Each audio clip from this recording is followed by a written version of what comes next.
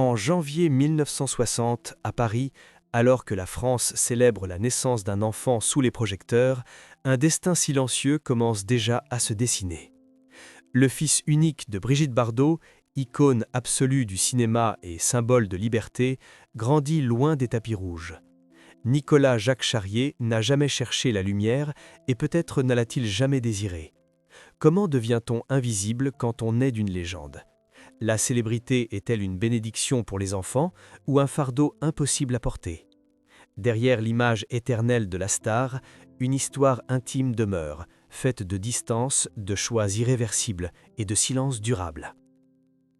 Au tournant des années 1960, la France vit au rythme d'un visage devenu mythe. Brigitte Bardot incarne une révolution esthétique et morale. Ses films remplissent les salles, ses apparitions déclenchent des marées humaines, son nom traverse les frontières. Elle n'est plus seulement une actrice, elle est un phénomène. Dans ce décor de gloire absolue, la presse invente une famille idéale, photographiée à la hâte, figée dans des sourires qui rassurent. Aux yeux du public, tout semble aligné, la beauté, l'amour, la réussite. L'année 1959 marque une étape décisive. Bardot épouse Jacques Charrier, comédien et réalisateur, présenté alors comme l'homme capable d'apporter stabilité et normalité à une star insaisissable. Le mariage est célébré comme un événement national. Les magazines parlent d'un refuge, d'un équilibre enfin trouvé. La France veut croire à cette promesse. La star peut être une épouse, bientôt une mère, sans perdre son éclat. Lorsque naît Nicolas Jacques Charrier, en janvier 1960, la nouvelle se répand comme une confirmation. Dans l'imaginaire collectif, l'enfant arrive au sommet de la réussite parentale. Les photographes guettent la moindre sortie, les titres évoquent une maternité lumineuse, presque symbolique. L'enfant devient, malgré lui, un élément du récit public. Il ne parle pas encore que déjà on écrit à sa place. Pourtant, derrière l'image lisse, la réalité est plus fragile. La gloire impose son propre calendrier. Les tournages s'enchaînent, les voyages aussi. Les journées commencent à l'aube et s'achèvent tard dans la nuit. La maison n'est jamais tout à fait un refuge. Elle reste traversée par le bruit, les attentes, les regards extérieurs. L'intimité se réduit. Chaque geste peut devenir une scène, chaque silence un commentaire. À cette époque, la société française nourrit des attentes précises. Une femme célèbre doit réussir sur tous les plans, être admirée, désirée, mais aussi rassurante. La maternité est perçue comme une étape naturelle, presque obligatoire. Peu importe les doutes, les peurs ou les contradictions intimes, la mère idéale n'hésite pas. Elle s'adapte, elle sourit. La pression est constante, diffuse, rarement formulée, mais toujours présente. Dans ce contexte, la famille Bardot-Charrier devient un symbole plus qu'un foyer. Les images circulent, mais elles sont rares et soigneusement cadrées. On y voit une star, un mari, un enfant. On n'y perçoit ni les tensions, ni les questions profondes. Le public consomme une narration simple, celle d'un bonheur accessible, presque exemplaire. La réalité, elle, se construit ailleurs, à l'écart des objectifs. Le jeune Nicolas grandit ainsi dans une atmosphère paradoxale. Il est entouré de privilèges matériels, mais exposé à une absence fondamentale, celle du quotidien ordinaire. La célébrité de sa mère crée une distance invisible. Elle attire l'attention loin de la sphère intime, laissant peu de place à une relation simple et continue. L'enfant n'est pas mal aimé par l'opinion, il est au contraire idéalisé. Mais cette idéalisation ne remplace pas la présence. À mesure que les mois passent, la façade se fissure, les rumeurs apparaissent. On parle de désaccords, de fatigue, d'un mariage sous tension. La gloire, qui devait protéger, accentue au contraire les failles. Chaque conflit potentiel devient un risque public. Chaque décision privée est scrutée, interprétée, amplifiée. La famille n'évolue plus seulement pour elle-même, mais sous le regard d'un pays entier. Dans cette période dite de bonheur, une question silencieuse s'installe. Peut-on réellement construire une vie familiale stable au cœur d'un tel tourbillon ? La célébrité offre des ressources, mais elle exige des sacrifices. Elle donne une voix, mais enlève parfois la possibilité de se taire. Pour l'enfant, le monde s'organise autour d'une figure maternelle omniprésente dans l'imaginaire collectif, mais de plus en plus éloignée dans la réalité. Ainsi, l'âge d'or n'est pas seulement un sommet. Il est aussi une pente. Derrière l'éclat des projecteurs, une mécanique implacable se met en place. Elle oppose l'image à l'expérience, le mythe à la vie réelle. Et déjà, sans bruit, le destin de Nicolas Jaques commence à s'écrire à contre-courant de la légende qu'il a vu naître. L'année 1962 marque une rupture nette, presque brutale, dans ce qui avait été présenté comme un conte moderne. À Paris, loin des tapis rouges, le mariage entre Brigitte Bardot et Jacques Charrier s'effondre. Le divorce est prononcé après seulement 3 années d'union. Pour l'opinion publique, c'est une nouvelle déception. Pour la famille, c'est un basculement définitif.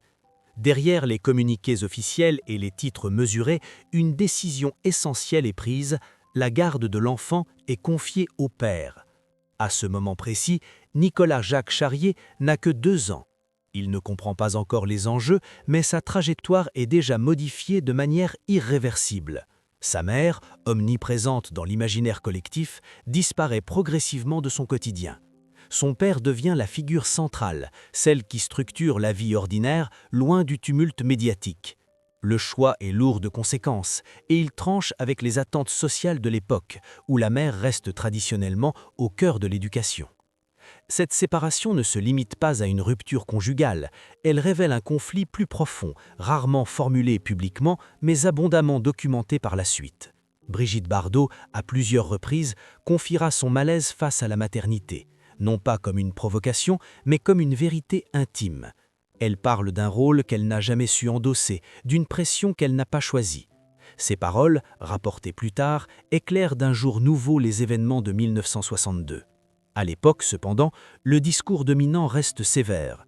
Une femme, surtout célèbre, n'est pas censée renoncer à son enfant. Les critiques fusent, parfois voilées, parfois explicites. Bardot devient un symbole ambivalent. Elle incarne à la fois l'émancipation féminine et une transgression inacceptable des normes familiales. Ce paradoxe nourrit les débats, mais il enferme aussi l'enfant dans une situation délicate. Nicolas n'est plus seulement le fils d'une star, il devient malgré lui l'enjeu silencieux d'un affrontement idéologique. Le père, Jacques Charrier, fait un choix radical. Il décide de protéger son fils du monde qui a englouti leur vie commune. Il limite les apparitions publiques, refuse l'exposition médiatique, impose une distance claire avec l'univers du spectacle. Ce retrait n'est pas un geste anodin. Dans une France fascinée par la célébrité, il s'agit presque d'un acte de résistance. Le quotidien de l'enfant se reconstruit dans une relative discrétion, à l'écart des flashs et des attentes collectives. Pendant ce temps, la carrière de Brigitte Bardot continue, mais elle est marquée par une fatigue croissante. Les tournages s'enchaînent, les succès aussi, mais l'enthousiasme des débuts s'effrite. La star se sent prisonnière de son image. Chaque apparition rappelle ce qu'elle a perdu et ce à quoi elle a renoncé. La distance avec son fils devient un fait établi, rarement commenté, mais profondément ancré. Elle n'est ni niée, ni réellement expliquée. Elle s'installe comme une évidence douloureuse. La question se pose alors, presque inévitable. Pourquoi cette rupture a-t-elle été si définitive ? Était-elle inévitable dans un contexte où la célébrité dévore tout, ou aurait-elle pu être évitée par d'autres choix, d'autres compromis ? Les archives montrent une société peu disposée à entendre la complexité. Les nuances se perdent au profit de jugements rapides. L'enfant, lui, grandit au milieu de ces interprétations, sans jamais y répondre. Au fil des années, Nicolas Jacques Charrier développe une identité à l'opposé de celle de sa mère. Là où elle attire les regards, il les fuit. Là où elle incarne l'excès et la transgression, il choisit la mesure et la discrétion. Ce contraste n'est pas seulement un trait de caractère, il est le produit direct d'une enfance marquée par l'absence, mais aussi par une protection stricte. Le silence devient d'une forme de refuge, presque une stratégie de survie. Pour Brigitte Bardot, la rupture familiale s'ajoute à une série de désillusions. Elle commence à s'éloigner progressivement du cinéma, jusqu'à annoncer en 1973 son retrait définitif.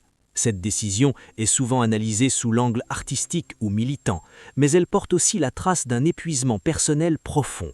La maternité contrariée, la séparation, la critique constante ont laissé des marques durables. Le passé ne disparaît pas, il se transforme en arrière-plan permanent. Ainsi, le moment de la rupture ne se limite pas à une date ou à un jugement de divorce, il constitue le point de départ de 2 trajectoires irréconciliables. D'un côté, une femme devenue légende, enfermée dans une image qu'elle combattra toute sa vie, de l'autre, un enfant qui apprend très tôt que la notoriété peut être une force destructrice. La célébrité, qui promettait tant, révèle alors son visage le plus cruel. Elle sépare, elle isole, et elle laisse derrière elle des silences que le temps ne suffit pas toujours à combler. Avec le recul, l'histoire de cette famille apparaît moins comme une suite de choix isolés que comme le produit d'une pression continue. La vérité ne se situe rarement dans les déclarations spectaculaires, elle se niche dans les silences, dans ce qui n'a jamais été montré. Pour Brigitte Bardot, la célébrité n'a pas seulement été une ascension fulgurante, elle a aussi agi comme un filtre déformant, modifiant chaque relation intime, y compris la plus fondamentale. Dès ses débuts, Bardot est chevonnée par un système qui exige disponibilité, séduction et obéissance à une image. Les contrats, les tournages, les attentes du public créent un cadre rigide. Dans cet univers, la maternité n'est pas pensée comme une expérience intérieure, mais comme un symbole social. Il faut être mère pour correspondre à l'idéal, peu importe le coût psychologique. Cette injonction, rarement discutée à l'époque, pèse lourdement sur une femme déjà en lutte avec son propre rôle. La naissance de Nicolas Jaques n'efface pas ce conflit, l'exacerbe. La vérité, longtemps passée sous silence, est que Bardot n'arrive pas à se projeter dans la durée maternelle. Elle ne nie pas l'existence de son fils, mais elle reconnaît son incapacité à incarner ce rôle. Cette honnêteté, révélée plus tard, choque encore aujourd'hui. Pourtant, elle éclaire d'un jour nouveau les événements de 1962. Le retrait n'est pas un abandon soudain, mais l'aboutissement d'une tension profonde entre identité personnelle et attente collective. Pour Nicolas Jacques Charrier, la vérité se construit différemment. Il grandit dans un cadre stable, mais marqué par une absence symbolique. Sa mère est partout dans les journaux, à la télévision, dans la mémoire collective. Elle est rarement présente dans sa vie quotidienne. Cette dissociation crée une situation singulière. L'enfant connaît sa mère sans vraiment la connaître. Il perçoit son aura, mais pas la proximité. La figure maternelle devient presque abstraite, plus proche d'un mythe que d'un repère affectif. Le choix de la discrétion devient alors une réponse logique. Nicolas apprend très tôt que le silence protège. En refusant les interviews, en évitant les apparitions publiques, il reprend le contrôle d'un récit qui lui a échappé à la naissance. Ce retrait n'est pas une fuite lâche, mais une stratégie consciente. Il s'agit de vivre une existence ordinaire, loin des interprétations permanentes. Là où sa mère a été prisonnière de son image, lui refuse d'en construire une. Cette différence de trajectoire révèle une vérité plus large. Tous les enfants de célébrités ne cherchent pas à prolonger la légende, certains s'en détachent radicalement.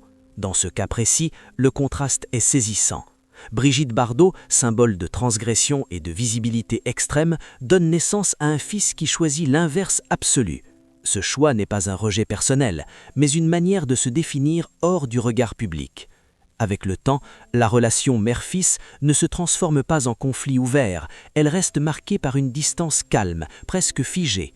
Il n'y a pas de scandale, pas de règlement de compte médiatique, seulement une absence de rapprochement notable. Cette neutralité apparente est trompeuse, elle dissimule une réalité plus complexe, celle de deux individus incapables de se rejoindre pleinement car leurs mondes sont construits sur des logiques opposées. Pour Bardot, cette distance devient un élément parmi d'autres, d'un bilan personnel contrasté. Elle se consacre à la cause animale, trouve dans cet engagement une forme de réparation morale. Ce combat lui permet de canaliser une sensibilité qu'elle n'a jamais su exprimer dans la sphère familiale. Certains y voient une compensation, d'autres une continuité de son refus des rôles imposés. La vérité, là encore, n'est ni simple ni univoque. Pour Nicolas, la vie suit un cours discret. Il fonde sa propre famille, transmet à ses enfants une valeur essentielle, la normalité. Aucun héritage médiatique, aucune injonction à représenter un nom célèbre. Cette transmission silencieuse est peut-être l'acte le plus fort de toute l'histoire. Elle rompt définitivement avec la logique de la célébrité héréditaire. Ainsi, la vérité ne révèle ni héros ni coupable absolu.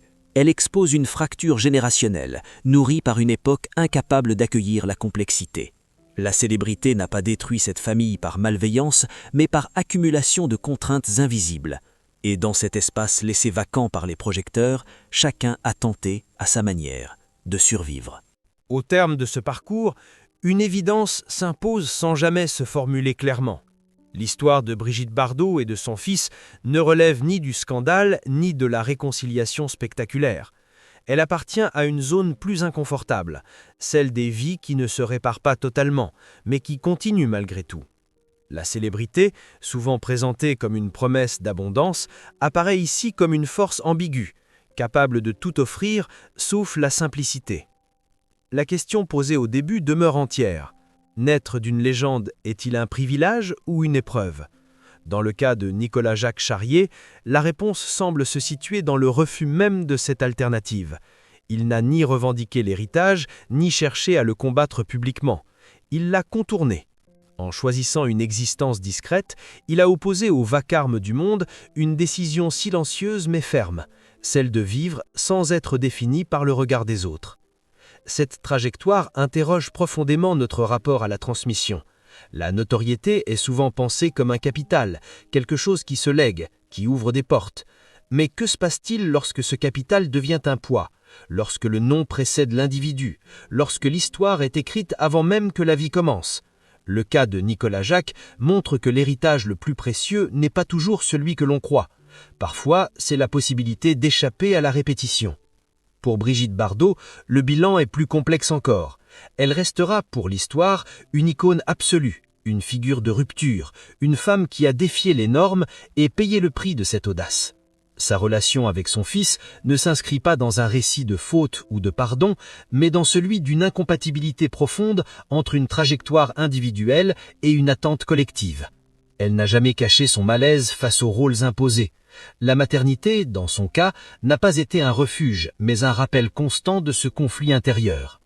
Il serait tentant de chercher un responsable, de désigner la célébrité comme coupable unique, mais ce serait ignorer le contexte d'une époque peu enclin à entendre la complexité des choix féminins. La société des années 1960 exigeait des figures publiques qu'elles incarnent des modèles parfaits sans leur offrir l'espace nécessaire pour exprimer leurs contradictions. Dans cet étau, ni la mère ni l'enfant n'ont réellement eu la liberté de redéfinir leurs liens. Aujourd'hui, avec le recul, cette histoire résonne autrement. Elle parle de solitude, mais aussi de lucidité. Elle rappelle que l'amour familial ne se mesure pas uniquement à la proximité ou à la présence visible. Parfois, il se manifeste dans des décisions difficiles, dans des séparations assumées, dans le refus de faire semblant. Le silence de Nicolas Jacques peut être lu comme une blessure, mais aussi comme une victoire intime, celle d'avoir construit une identité hors du mythe. Ainsi, la célébrité apparaît moins comme une lumière que comme une ombre portée sur plusieurs générations. Elle éclaire, mais elle déforme. Elle rapproche les foules, mais elle éloigne les êtres. Et dans cet espace ambigu, chacun tente de trouver un équilibre fragile. L'histoire de Brigitte Bardot et de son fils ne propose pas de leçons simples. Elle invite seulement à une réflexion plus large sur le prix réel de la gloire. Peut-être faut-il accepter cette conclusion sans la refermer. Tous les liens ne se réparent pas. Toutes les histoires ne se terminent pas par une réconciliation. Mais certaines, par leur retenue même, disent une vérité plus profonde, celle d'une humanité imparfaite, contrainte de choisir entre l'éclat et la paix intérieure. Et parfois, la plus grande liberté consiste à disparaître du regard pour enfin exister pleinement.